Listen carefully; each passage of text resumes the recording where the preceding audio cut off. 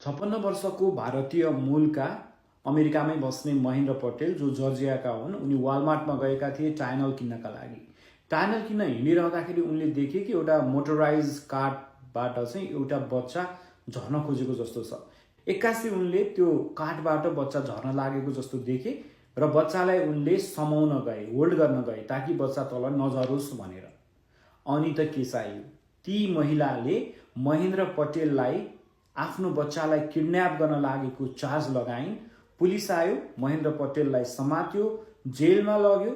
44 दिनसम्म उनी जेलमा हिरासतमा बस्नु पर्यो र भर्खरै मात्र उनी $10,000 बोन्ड तिरेर निस्कन सफल भएका छन्। यस भिडियोका प्रायोजक ट्याप सेन्ड। आफ्नो फोनमा ट्याप सेन्ड डाउनलोड गरी हाम्रो प्रोमो कोड एसडीपी प्रयोग गरी पाउनुहोस् $20 बोनस। तपाईँ हाम्रो नेपाली इन्डियन कल्चर के छ भने कोही पनि अप्ठ्यारोमा पर्यो, समस्यामा पर्यो भने हामी हत्त नपत्त सहयोग गर्न गइहाल्छौँ। तर यो अमेरिका हो हजुर। अमेरिकामा कहिलेकाहीँ त्यसरी विथ गुड इन्टेन्सन सहयोग गर्न जाँदाखेरि पनि यसरी फसिन्छ। केही समय अगाडिको अस्ट्रेलियाको घटना त तपाईँलाई थाहा छँदैछ।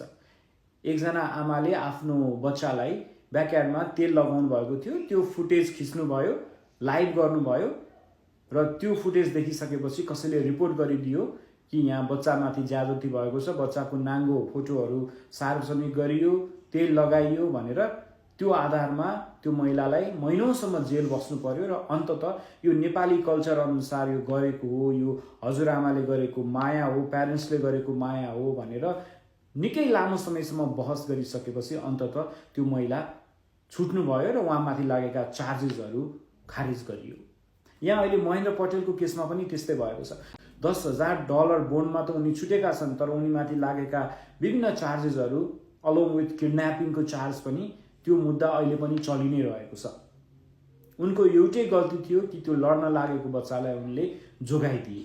वालमार्ट सुपर सेन्टर एक्वर्थ भन्ने ठाउँ छ जर्जियाको, त्यहाँ भएको घटना हो र 56 वर्षका अमेरिकाको केन्समा बस्ने, जर्जियाकै केन्स भन्ने ठाउँमा बस्ने महेन्द्र पटेल माथि चाहिँ यो घटना घटेको छ र त्यो 2 वर्षको बच्चालाई जोगाउन खोज्दाखेरि उनी प्रहरीको हिरासतमा पुगे।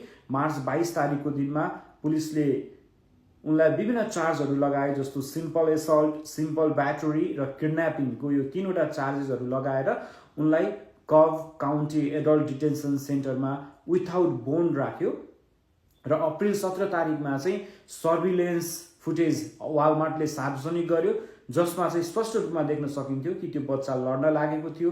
लड्न लागेको बच्चालाई उनले जोगाएका मात्र थिए। त्यो बेलामा उनी बच्चाको आमासँग चाहिँ टाइनल कहाँ छ भनेर सोधिरहेका थिए। त्यो घटनापछि पनि उनी त्यसपछि गए, टाइनल किने, त्यसपछि क्लर्कसँग आए, पैसा तिरेर आरामसँग गएको देखिन्छ। त्यहाँ कुनै किडन्यापको मनसाय देखिँदैन। तथापि उनलाई त्यो चार्जेसहरू लाग्यो र उनी हिरासतमा बस्नु पर्यो। मेको 6 तारिकमा कोर्टमा उनको हियरिङ रहेको थियो डिसमिसल अफ चार्जेसको लागि र त्यसको लागि जर्जियाको सेरोफेरोमा रहेका थुप्रै इन्डियन कम्युनिटीहरू एक भएर लागेका थिए र अन्ततोगत उनी रिहा भएका छन्। योबाट एउटा लेसन शिक्षा चाहिँ के लिनुपर्छ भने ठाउँ, परिवेश र देश फरक छ, नियम कानुनहरू फरक छन्।